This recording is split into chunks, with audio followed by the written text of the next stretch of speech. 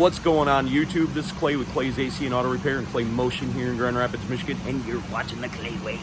If this video is helpful, please consider subscribing, clicking the notification, sharing my videos, giving me them sweet old thumbs up, and sending me them nice old comments. If you got a question for old Clayboy, hit me up on Clay's AC and Auto Repair on the Facebook Messenger. I certainly try to answer all of them that I can for my subscribers for free. I can't help you with your baby mama drama or your money problems. So, what we're going to show you here on the video, and this Ford Festiva back here is going to blow your mind. We're going to show you what was wrong with this Ford Festiva and why we had no heat in it. And I'm kind of impressed that we were able to figure this out, to be honest with you. Okay, I'm going to do this as quick as possible. We have got a 2013 Ford Festiva. Should be the same from 2010 to 2017 to 18-ish flavor. This information is going to be useful on any automobile, theoretically speaking, except for the locations of the different components. Now, one thing that you need to know is, does your blower motor work? Okay, we can hear that going up and down. If that control setting was only working on one speed, it would mean that you had a bad blower motor resistor and it would need to be replaced. So we definitely have air traveling over the top of what's called the heater core. The heater core is located inside the dash. Something that I also need to point out in this demonstration, this vehicle is up to operating temperature and it should be blowing out heat.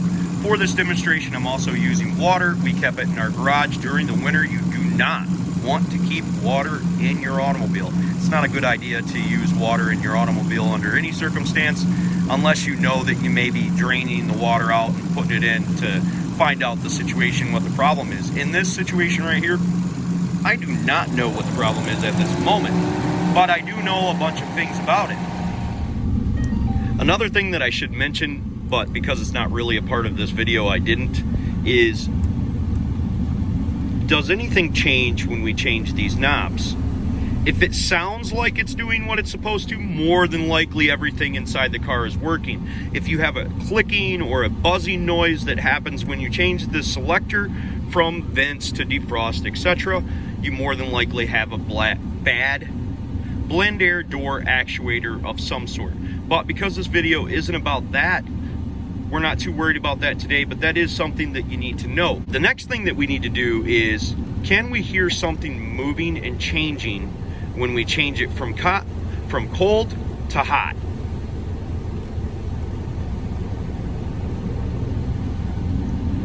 And we definitely hear a difference there. Now, in this vehicle situation, we don't have a cabin air filter, but more than likely they're located up here in the cowl assembly or behind the glove box.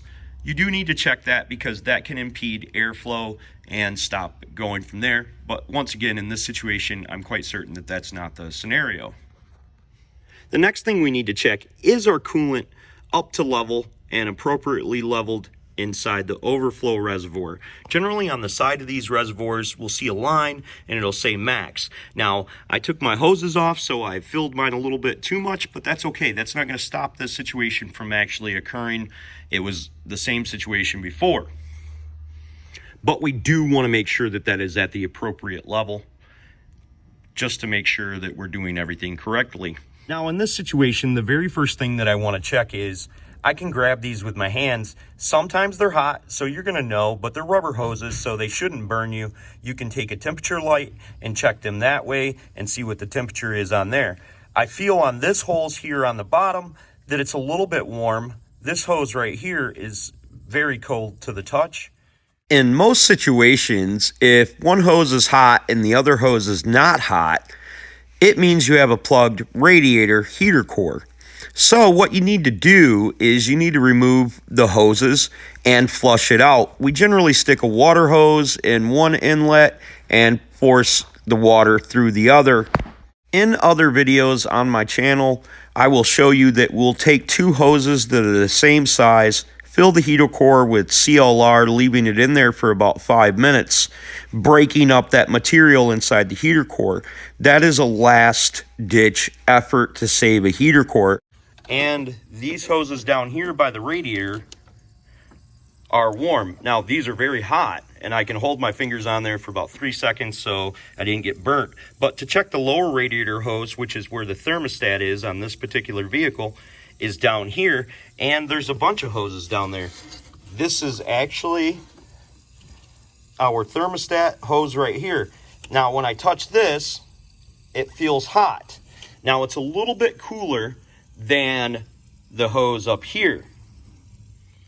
Now, in this situation, I ended up removing the thermostat, and it wasn't the problem. But if I would have paid closer attention to these hoses, I would have found the problem much quicker. Wait till the end of this video to see. And the water is boiling inside the car, even at operating temperature. So it's a good possibility that I have a restricted thermostat that's only opening partially. I'm not quite certain at this moment what it actually is. Another cause, and it's the worst case scenario cause for lack of heat in your automobile, is a bad head gasket. Now, the rule of thumb that they talk about a lot is pulling the cap off and looking underneath it. And if you see like creamy white substance in here, that means one of two things. Either you're just getting condensation or you have a bad head gasket.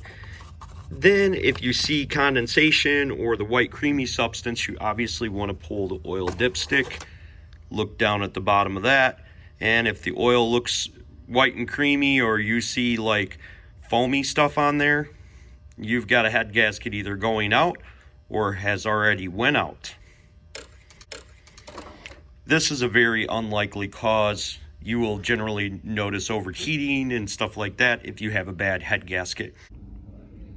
Now in this Ford Festiva situation, or Festiva, or whatever the hell these things are called, it has its temperature gauge right here and it's indicated with lights. That's how I knew mine was up at operating temperature. But if you let it run for 10 or 15 minutes, it should be up to operating temperature. Or you can hook a digital scanner up to it and check the temperature and have the actual degrees of the engine. So after some painstaking work of removing the alternator and pulling the thermostat out, it looks pretty good. We're actually going to test this on the bench here in a minute and find out that this is not the problem. Okay, so quickly talking about this thermostat and how it works. On the inside of this barrel right here, there's wax. And as the wax melts at a certain temperature, the spring pushes open the barrel, which then opens the thermostat. We're going to take this and give it a little test and see if we can actually make this thermostat open and close in front of our eyes.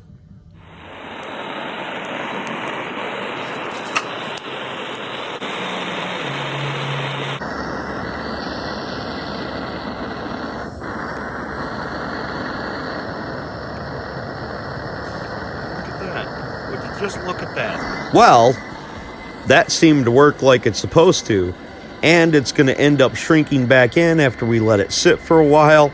So that's definitely not our problem. With it open like this, we can actually see the whole seal. And because, of course, even if this was good, we still are going to replace it because we've removed it. And we've also superheated it. Who knows how hot that thing got before it contracted. That is what the thermostat looks like when it's installed in there. Sometimes on some thermostats, there's a clocking to it for this little pin right here that allows air to escape, but I don't think there is in this situation. Okay, so we pulled our oil dipstick, pulled our oil cap, looked on the top of the cap. There was no milky substance, and it didn't seem like it had a bad head gasket. So then we started examining the hoses down below a little bit closer, and we've came to the rationalization and realization that this freaking oil cooler was plugged. That's the craziest thing I ever seen. I would have never thought about that if we hadn't checked every single thing else. Did we have a plugged radiator? Did we have a plugged heater core? Well, once we figured out that we didn't have any water traveling through it, we soon realized that the oil cooler was definitely plugged. Crazy, I know. I would assume that this is fairly rare for most cars, but something that we need to put in our arsenal to check when we're not having heat. If you have an oil cooler it could possibly be plugged because all of the materials rust. Somebody could have put sealant in it. It has dropped to the bottom of the oil cooler, and if the oil cooler is on the low part of the engine, like most engines have oil coolers, it's definitely something that you need to look for in the future. That's plugged. Ain't that some shit, Dan? Damn. Go ahead and go through this side. Let's see if we can get it out. Maybe we can get it unplugged. Nope. Plugged like a motherfucker. That's crazy. So check this out. Our problem ended up being that the oil cooler is plugged. Watch this. It literally blows nothing out that side. That's ridiculous. Needs another oil cooler. Craziest thing I ever seen. But Dan, the other guy that I work with, made a good point. He said if they put Ceramisil inside the system, because this is the lowest point of the coolant, this would be the first thing to plug. Really neat stuff. Huh. So now we're gonna do something super sweet. I'm gonna take my little mini pneumatic sawzall and I'm gonna cut down the middle of this, and we're gonna see why this stupid thing was plugged up.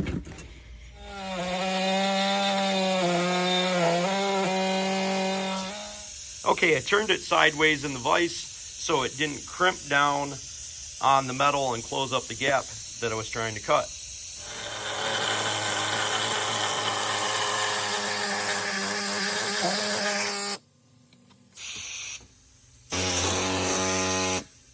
Whoa.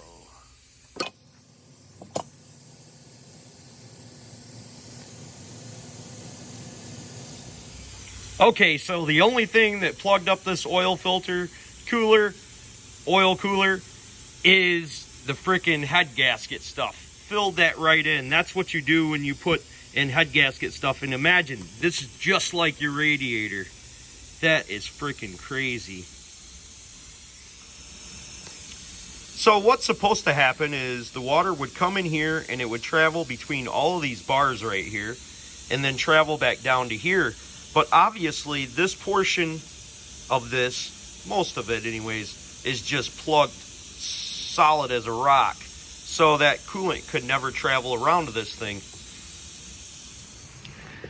One of the things that are very important to a cooling system functioning properly is that your reservoir is at the proper level and all the air has been burped out of the system. One of the tricks that I use for burping air out of the system is I take the hose that's at the highest point, and in this situation, in the back of this automobile, it is actually the heater hose. So what I did was I pulled the clamp back, and as we pull the clamp back, we're gonna see that we have a knurl right here that sticks out about 1 inch. So what we're gonna do, and what I've already done, is we take and we drill a hole right in the center of where this clamp is at. Then that way we can pull the clamp back, fill it with coolant, and as we fill it with coolant and all of the air comes out of that line, it actually pushes out that little weep hole. That's how we get all the air out of there, and it's a super simple trick, and you can do it on just about any automobile that you're able to remove the hose from on the highest point. So it's pretty good stuff. Okay, using something like a 9/64 or 1/8, 5/32, we are gonna drill a hole right here on the barb.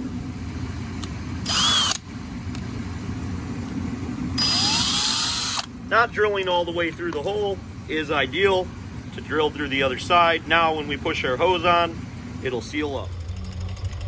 As we're filling coolant into the car, we want to pay particular attention to the hose, and when it starts spurting out as a stream, we are done. Then we can evacuate the extra coolant out of the system.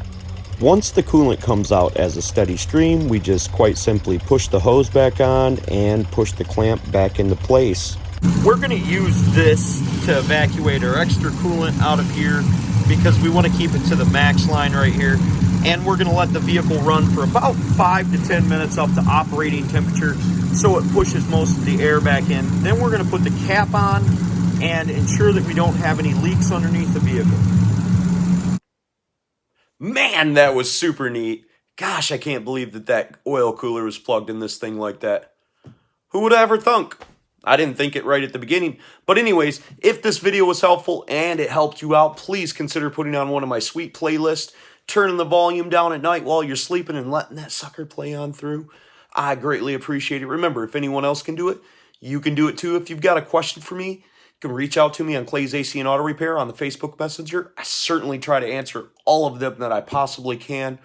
Don't be the next of them, be the first of you. God bless and have the best of days.